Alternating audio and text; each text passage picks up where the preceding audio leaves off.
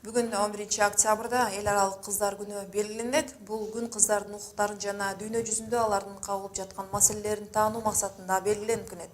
Анын алкагында 9-11 октябрь аралыгында Бишкек шаарында бул күнгө арналган ар кандай иш-чаралар уюштурулду. Анын ичинде адам укуктары боюнча эссе жазууга сынак, окуучулар арасында видео сынак, кыздар үчүн тренингдер жана волейбол боюнча турнир өткөрүлүп жатат. Биз ушул иш-чараларды негизи кыздардын укуктарын коргоого байланыштуу кыздарга жана балдарга, окуучу балдарга жарыялап жана информация берүүдөбүз. Негизги максатыбыз ушу эң биринчи 2012-жылы белгиленип келгендей, ООН уюмунун, Бириккен Улуттар уюмунун тарабынан максатыбыз ушу ар бир кыздын үнү угулушу, ар бир кыздын укугун коргоушу жана ошолорго болгон мүмкүнчүлүктөр жайылып жана мүмкүнчүлүктөрдүн көбөйүшү болуп эсептелет да. Жыл сайын бул күндү деген биз ар кандай тематикада алып биз өткөрөбүз. Быйылкы жылкы биздин тематикабыз да бул ар бир кыздын үнү угулсун деген болчубуз. Эми иш-чаралардын максаты кыздарды ушар болгон проблемаларды чечүү зарылдыгына коомдуктун көңүлүн буруу жана алардын укуктарынын мүмкүнчүлүктөрүн өнүктүрүүгө түрткү берүү болуп саналат. Эл аралык кыздар күнүн белгилөөдө 2012-жылы Канаданын демилгеси менен Бириккен Улуттар уюмунун башкы ассамблеясында бекитилген. Балдарды коргоо борборунун социалдык кызматкери Айнура Эмирканова менен да ушул маселенин тегерегинде баарлашкан турабыз. Айнура айым, саламатсызбы, куш келипсиз. Дегенде эле кыздардын укугу, мүмкүнчүлүгү чектелип жатат деп айтып жатабыз. Коомчулукка дегенде бул маселеден эмнени биринчи түшүнүү керек, же болбосо азыркы кыз келиндердин биринчи көйгөйү эмнеде? Биз өзүбүз Кыргызстан мамлекети демократиялык мамлекет болгондуктан кыз балага дагы, эркек балага дагы, негизи аялга да эркекке да бирдей укук берилген, бирдей укук сакталыш керек да. Анан эмнеге бүгүнкү күндө биздин өлкөдө дагы ушул көйгөй деп катары кабыл алды анткени азыркы учурда ушул күнгө чейин кыздардын билимге алууга болгон укугу, кыздардын бир кесип алууга болгон укугу, ошондой эле коопсуз жашоо укугу ошолор бузулуп жатканы ачыктан айкын көрүнүп жатат да. Мисалга алсак, азыркы биз балдарды коргоо борбору бул чет жактагы ички мигранттар көбүрөөк жашаган жаңы конуштарда иштешебиз. Анан ошол жерде биздин күндүзгү бөлүмдөр бар, анан балдар келип тамак ичет да. Ошондо карап көргөндө деле көпчүлүк пайызы кыздар үйдө бала багуу менен мектептерди көп калтырышат, сабактарды. Анан муну менен эмнени айткыбыз келет? Муну менен кыздардын билим алуу жааты бул балдарга караганда экинчи орунда турабы деген ой келет. Андан сырткары кыздарды бала багуучу катары көрүшөт. Демек, кыздардын эмгегин пайдалануу бул да укук бузууга кирип жатат. Анан азыркы күндөгү көйгөйлөрдүн бири бул эрте күйөөгө чыгуу, эрте турмуш куруу, ошондой эле бир эрте балалуу болуу. Мына ушул көйгөйлөрдү биз коомчулукка ушул көйгөйдү чечүү боюнча, кыздарга бирдей мүмкүнчүлүк берүү боюнча биз ушул иш-чараны уюштурдук да. Мына укук коргоочулар кыздар көп учурда үй бүлөдөгү зомбулукка кабылып, зорлуктоолорго, сексуалдык кулчулукка дуушар болоорун айтып келишет. Көрсөтүүчү кандай же тескерисинче барган сайын жаман жагына болгондойбу? Биздин балдар коргоо борборунда ушул балдарга карата зорлук зомбулукту токтотуу, алдын алуу максатында иш-чараларды өткөргөнбүз. Анан эгерде мындай караганда биздин башка кылоочу убактылуу жайыбыз бар. Ал жерге ушул 6 жаштан 16 жашка чейинки балдар ар кандай зорлук зомбулукка кабылган балдар келип жашашат да. Анан ошондо карасак 60-70% бул кыз балдар. Анан алардын көпчүлүгү сексуалдык зорлук зомбулукка кабылгандар, физикалык зорлук зомбулукка, эмоционалдык жактан зорлук зомбулукка кабылгандардан. Демек, бул көрсөткүч жылдан жылга көбөйүп келатат да. Демек, муну менен эмнени айтабыз? Кыздарга карата, балдарга карата зорлук зомбулук негизи күч алып келатат да.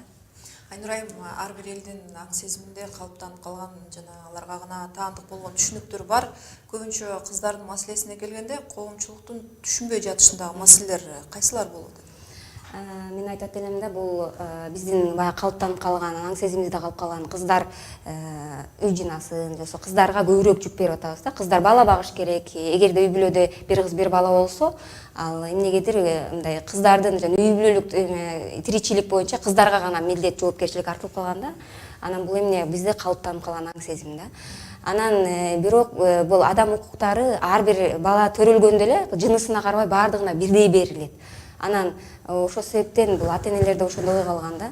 Биринчи бала багуучу катары көрөбүз, мен жана жогоруда айтканда. Анан экинчи бул бизден үй бүлөдөн чыгып кетет, өз алдынча оокат куруп кетет. Керек болсо биз мындай айтабыз, мындай өзүбүздүн бир аркабыздагы калган оокат жайыбызды балдарга калтырабыз, кыздарга көп анчалык көңүл бурулбайт да. Мына кыздардын көйгөйү дегенде Кыргызстандык кыздар өздөрүнүн укуктарын кайсы учурларда билбей сабатсыз болушат?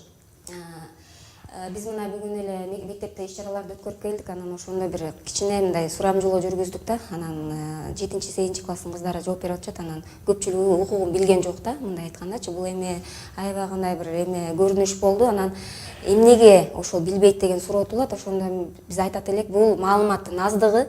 Биздин билим берүү системасында ушул адамдын укугу боюнча, балдардын укугу боюнча бир сабак жетишсиздик ойлоп калдык. Анткени биз адам жана укук деген сабак бар экен, бирок ал жерде экономиканы, тарыхты бириктирип бир кыскача эле берилет да. Анан ошол кыздардан сураганда эле алар айтышат мындай: балдар үчүн жеңил, мындай балдардын түшүнүгүндө, балдар үчүн оңой бир ошол укукту түшүндүрсө, балдар маалыматка ээ болсо, өзүнүн кандай укуктары бар экенин, ал эгерде ошонун укугу бузулса кимге кайрылыш керек экенин билсе, бала өзү, кыздар өзү, анда алар өздөрүнүн укугун коргой алмак. Анан ошол себептен үйдөн дагы тарбия бериш керек балага, укугун ошол жерден айта кетиш керек. Анан ошондой эле мектепте да көбүрөөк маалымат бериш керек да. Турмуш куруу бүгүнкү күндүн көйгөйү жана иш-чараларды пландаштырууда дайыма мамлекет тарабындагыдай эле жарандык коомдун көңүл буруусун талап кылат. Кантип Чечишке. Эми бул боюнча өкмөт тарабынан закон чыккан. Эгерде 18 жашка чейинки кыздарды ала качуу болсо, бул кылмыш катары болуп, анан жаза колдонулат. Анан бирок мыйзам бар, закон бар, бирок ошол иштебей жатат да. Иштесе дагы мындай толук кандуу иштебей жатат. Эмнеге? Ошол эле биз айткан коомчулук ага мындай бир баягы биз айткан менталитетибиз мененби, бизге калыптанып калган бир уялуу мененби ошондой фактыларды ачыкка чыгарбай атат да. Анан ачыкка чыккан фактылар азыраак болуп саналып атат. Анан мисалы үчүн эгерде бир үй бүлөдөн кызын ала качып кеткен болсо, алар көпчүлүгү эми чыккан кыз чийден тышкары дегендей болуп, сен келсең уят болобуз, биздин үй бүлөнү уят кылып атасың, барган жериңен отурушуң керек дегендей түшүнүктөр бар кээ бир учурларда. Кээ бир учурларда болсо коркушат айткандан. Ошо менен эле мындай бир ушул мыйзам жакшы иштебей келе жатат да. Мына кыздардын балалыгына коопсуздук түзүү, алардын билимин жогорулатуу, зордук көрсөтүү, катуу мамиле жасоо тобой келин ооруларды жана өлүмдү төмөндөтүү маселелерин талкуулаган өкүл катары сиз алгачкы кадам эмнеден башталышы керек дейсиз?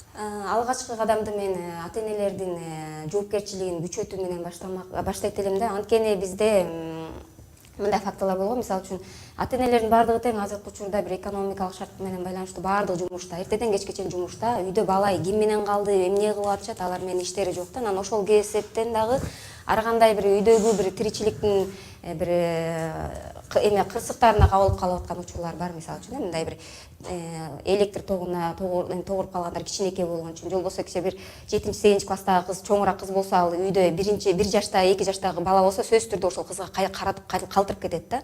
А бул эмне? Ошол кыз өзү да бала. Ал толук коопсуздукка жооп бербейт да. Бул демек ата-эненин ошол кездеги жоопкерчилигинин жоктугу да. Ата-эне балалуу болгондон кийин баласы 18 жашка чыккычакты толук ошо баланын коопсуздугуна жоопкерчиликтүү, милдеттүү түрдө жооп берет да. Анан кээ бир ата-энелер бүгүн деле бир мындай окуялар кабылдым. Кээ бир ата-энелер: мен баламды мектепке бергенде мектеп тарбияласын, мен анткени андай болсо менин ордума келип иштеп акча таап бергиле дегенде, ушундай бир мугалимдерге кайрылууларды көрдүм да. Анан ошол жерден да биз айттык, мектеп балага билимге гана жооп берет. Ал эми тарбияны үйдөн ата-эне бериш керек. Ошондой эле эмнеге жанагындай фактылар болуп атат? 7-7 класстагы кыз мисалы үчүн боюнда ооп калды деген бир мындай жаман бир окуя болду. Бул дагы ошол ата-эне кыз балага тарбия берип жатканда кандай оор өткөл мезгилден өтөт, ошол кезде жардам бериш керек тарбия аркылуу. Өзүн кандай коргонуш керек, ошону айта жүрүш керек. Эне кызга дос катары мамиле кылып, өзүнүн бир басып өткөн, анткени ал эне ошол жолдон басып өткөн өзүчү, ошонун баардыгын тең мындай иш тажрыйбасында айтып берип турса, кыз эне тага ишенсе, кыз балада, эркек балада, демек ал өзүндөгү көйгөйдү сөзсүз түрдө аларга ишенип айтып берет. Анан ошол көйгөйдү ордунан чечсе болот болчу да.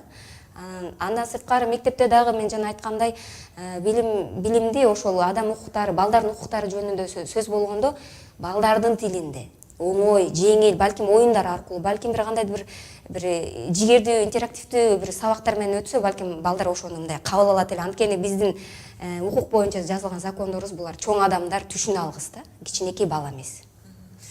Айнура маегиңизге рахмат. Балдарды коргоо борборунун социалдык кызматкери Айнура Эмирканова болду. Ыраазычылык билдирем сизге.